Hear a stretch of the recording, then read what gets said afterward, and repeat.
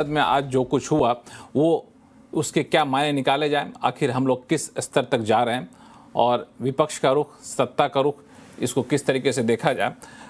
आशुतोष जी ने कई सारे मुद्दे उठाए ब्रेक पे जाने से पहले। उन्होंने कहा कि अगर विपक्ष को बोलने नहीं दिया जाएगा तो विपक्ष संसद के भीतर नहीं बोले, बाहर तो बोलेगा ही बोलेगा, तो कहाँ तक अब आवाज़ दबाते रहेंगे। और जिस किताब का जिक्र किया निशिकांत दुबे ने, तो उसके जवाब में आशुतोष जी ने भी किताब दिखाया है, बोला कि जब पढ़ते खुलेंगी तो बात बहुत दूर तक जाएगी। एक तरीके से कहना मोटा मोटी उनका वही था।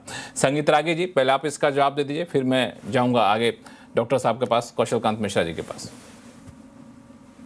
देखिए, राहुल गांधी और पूरे कांग्रेस की रणनीति एक बहुत साफ पैटर्न आपको उसमें दिखाई देगा। पंडित जवाहरलाल नेहरू ने जिस प्रकार से चाइना के हाथों, पाकिस्तान के हाथों अपनी जमीन गिरवी कर दी, तो वो बताना चाहते हैं कि जो एक बहुत बड़ा लांछन है पंडित नेहरू को लेकर के, तो वो ये बताना चाहते हैं कि भाई देखिए, जो नरेंद्र मोदी का इकबाल बढ़ा है वो ऐसा नहीं है, वो झुकने वाले आदमी है। दूसरी बात, क्योंकि उनके पिता के गले में भ्रष्टाचार का सर्प लटक गया था बोफोर्स को लेकर के, तो नरेंद्र मोदी को बदनाम कैसे किया जा सके, क्योंकि आज 11 साल के बावजूद भी प्रधानमंत्री नरेंद्र मोदी का जो रुतबा है और जो रसूख है और जिसे आप कहते हैं क्रेडिबिलिटी है, उसको तो डेंट नहीं लगा है। तब इन्होंने शुरू किया कहां से? चौकीदार चोर है से शुरू किया। चौकीदार चोर है, वो लगता था कि जैसे उनके पिता को बोफोर्स का सांप जो है उनके गले में हड्डी बन गई थी और उनका पतन हो गया था, वैसे ही नरेंद्र मोदी का राजनीतिक पतन हो जाएगा। वो हुआ नहीं, वो गलत लिया, उनको सुप्रीम कोर्ट से डांट पड़ी। फिर उन्होंने क्या किया? फिर उन्होंने वामपंथी गिरोह के संपर्क में आए और वामपंथी गिरोह के संपर्क में आने के बाद उन्होंने अडानी और अंबानी का मुद्दा उठाया। अब अडानी और अंबानी का मुद्दा भी काम नहीं आ रहा है, तो 2024 में 2029 में ये सारे प्रयोग करके देख लिए। अब जो प्रयोग हो रहा है भारत के अंदर में, वो जॉर्ज सोरेस का प्रयोग हो रहा है। भारत की जितनी संस्थाएं हैं उनको डिस्क्रेडिट करें, नरेंद्र मोदी के इमेज को किसी तरीके से डेंट करें, उन पर निजी हमला किया जाए, और जो ये एसआईआर के मुद्दे पर ये सारा ये बवाल मचाया जा रहा है, वो सारा ये उसी का हिस्सा है, षड्यंत्र का हिस्सा है। जहां तक राहुल गांधी का व्यक्तिगत व्यवहार है, तो 20 साल के अंदर में राहुल गांधी ने संसद में एक भी ऐसा भाषण नहीं दिया जिसे कह सकते हैं कि संसद में अपनी अमिट छाप छोड़ी हो। अटल बिहारी वाजपेयी ने पहला भाषण में ही एक अमिट छाप छोड़ा था, या एक से एक जिसे कहते हैं ऐतिहासिक भाषण लोहिया का, उसमें हम कई ऐसे लोगों का, मधु दंडवते का, जिन जिन लोगों का आप नाम ले सकते हैं, जॉर्ज फर्नांडिस का, एक नहीं ऐसे कई दर्जनों भाषण जो है जिनको ऐतिहासिक भाषण के रूप में देखते हैं। 20 साल से राहुल गांधी कांग्रेस के करता धरता है, संसद में भी उनकी ही चलती है। खड़गे जी बैरम खां की तरह बस उनके लिए हैं, उससे ज्यादा उनकी कोई ज्यादा रसूख नहीं है पार्टी के अंदर। संगीत आगे अपनी बात खत्म करें, बाकी लोगों के पास जाऊंगा। संसद में एक भी भाषण, मैं भी इस बात का सहमत व्यक्त करता हूं, राहुल गांधी को बोल लेने देना चाहिए था। वो इतनी अपने में गोल करते हैं कि 2 मिनट के बाद उनको पता ही नहीं लगता है कि पीछे 2 मिनट पहले क्या बोले थे। आप उनके एक भी भाषण में तारतम्यता नहीं देख पाएंगे। वो 15 मिनट से ज्यादा कहीं पर स्थिर नहीं रह पाते हैं, किसी चीज पर आज तक फोकस भाषण नहीं दिया है। जहां पर वो है, संगीत रागी जी, आपने जो एक बात कही कि शुरू से ही बोफोर्स का अपना दाग छुड़ाने के लिए आरोप लगाया, उसमें सफल नहीं हुए, फिर आगे चलकर आरोप लगाए, वो सफल नहीं हुए, तो उस आरोप लगाने का एक सिलसिला जो चला था उसका एक महत्वपूर्ण हिस्सा है जो अभी देखने को मिल रहा है, विपक्षी पार्टियों का रुख, कांग्रेस के राहुल गांधी का रुख। अमृता गिल, छोटा सा जवाब दीजिएगा, फिर कौशल कांत मिश्रा जी के पास जाऊंगा मैं। छोटा जवाब दीजिएगा। देखिए, मुझे लगा ये बीजेपी के प्रवक्ता थे। चलो, बात ये है जो इन्होंने राहुल गांधी जी के ऊपर कहा, he is the most learned man. उन्होंने फार्म लॉज के ऊपर, उन्होंने हर चीज के ऊपर पहले से ही बात की है, और ही इज ऑलवेज पहले ही बता देते हैं कि क्या होगा, क्या ट्रेड का है। कांग्रेस ने सवाल उठाया था जो ऑपरेशन सिंदूर के ऊपर ट्रंप ने बार बार कहा मैंने जंग रुकवाई, उसके ऊपर ये मुंह बंद करके बैठ गए। हर चीज के ऊपर ये इनके पास कोई जवाब नहीं होता। जब राहुल जी ने प्रेस कॉन्फ्रेंस करके इलेक्शन कमीशन के ऊपर सवाल उठाए, हरियाणा का इलेक्शन पूरा दिखाया, उसके ऊपर इलेक्शन कमीशन हो या सरकार एकदम चुप हो गई।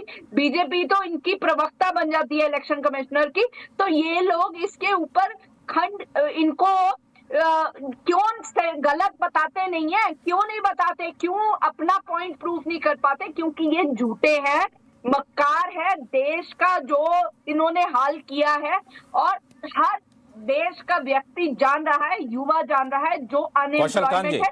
कौशल कांत जी, ठीक है, 2 करोड़ गीता गिल जी आपने अपना पक्ष रख लिया, आप सुन लिया जाए, आपने अपना पक्ष रख लिया है। कौशल कांत जी अपनी बात रखिए। हाँ लक्ष्मण जी, 4 अगस्त 2025 कोई पॉलिटिशियन नहीं बोल रहा है, सुप्रीम कोर्ट के जस्टिस दीपांकर दत्ता और जस्टिस एजी मसीह बोल रहे हैं। क्या सवाल पूछ रहे हैं कि आपको कैसे पता चला 2000 किलोमीटर जमीन पे चीन ने कब्जा कर लिया? क्या आप वहां पे थे? क्या आपके पास कोई सोर्स ऑफ इंफॉर्मेशन है? अगर आप सच्चे भारतीय होते तो आप ऐसा कभी नहीं करते। आप अगर सच्चे भारतीय होते तो सेना पे सवाल नहीं उठाते। ये कोई पॉलिटिशियन नहीं बोल रहा है, ये सुप्रीम कोर्ट की 2 जजेस की बेंच बोल रही है। और मैं अपने मित्र से बिल्कुल सहमत हूं कि राहुल गांधी जी हों या हमारे दोस्त आशुतोष जी हों, दोनों लोग इमेच्योर नहीं है, दोनों लोग बहुत ही चालाक और बहुत ही शातिर है।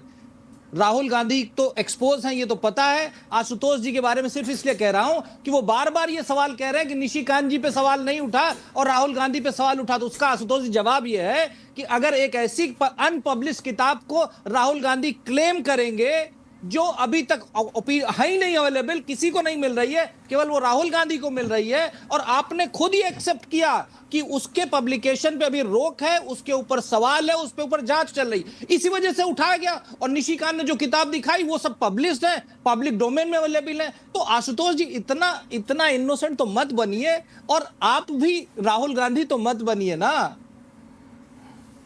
ठीक है, अब अवधेश जी आपके पास आऊंगा, लेकिन आशुतोष जी के जवाब देना चाह रहे थे, इशारा कर रहे थे।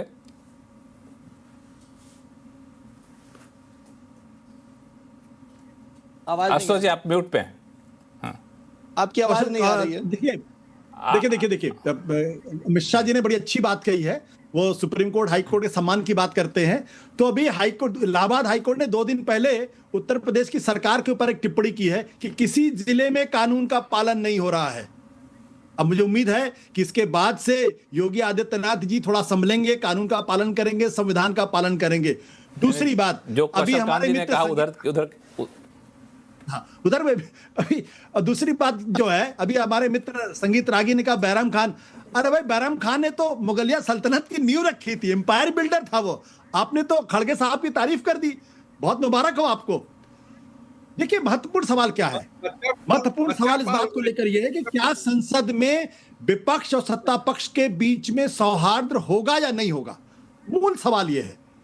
विपक्ष को सरकार का सम्मान करना चाहिए और सरकार को विपक्ष का सम्मान करना चाहिए। अगर जैसे अटल बिहारी वाजपेयी सोनिया गांधी का सम्मान करते थे और सोनिया गांधी जैसे अटल जी का सम्मान करती थी, अगर उसी तरीके से प्रधानमंत्री नरेंद्र मोदी और राहुल गांधी एक दूसरे के गले मिल लें तो समस्या ही खत्म हो जाएगी। नहीं, सम्मान तो दूर की बात है।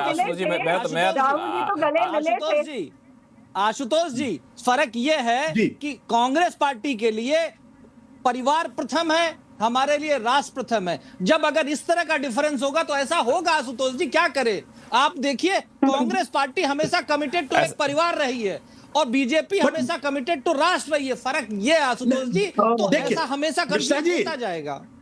मिश्रा जी, बीजेपी भी परिवार पर ही समर्पित है, जिसका नाम है संघ परिवार, नागपुर का एड्रेस है। पूरा देश उसका परिवार है। बीजेपी पूरे देश को परिवार नहीं मानती है, भाई, कांग्रेस वो तो पार्टी परिवार केवल परिवार को परिवारवाद से पीड़ित है बीजेपी गांधी से, को कोई दो परिवार राय नहीं मानती। है। समस्या ये है। अवधेश जी, तो फिर अवधेश जी, सिंधिया जी का जिक्र कर लेते ना, अवधेश जी, सिंधिया जी का जिक्र कर लेते। अवधेश जी, मुझे लगता है कि जो कुछ हुआ एक तरीके से ठीक ही है कि अगर प्रधानमंत्री बोलना शुरू करते और अगर राहुल गांधी किताब लेके पहुंच जाते देने के लिए, तो और बहुत ही अजीबोगरीब स्थिति होती है। अच्छा हुआ कि विपक्षी सांसदों ने घेर करके हंगामा किया और लोकसभा स्थगित करना पड़ गया। देखिए 2013 का दृश्य अगर आपको याद हो, जब तेलंगाना राज्य का बिल था, तो उस समय इससे बुरी दृश्य थी और सोनिया गांधी जी को चारों तरफ राज्यसभा में सारे दरवाजे बंद करा के मार्शल को बुलाकर उसको पारित कराना पड़ा था। उनकी अपनी पार्टी में ही समस्या हो गई थी। उस समय तो मिर्च का एक्सप्रेस से लेकर के और लोग हेलमेट लेके आ रहे थे।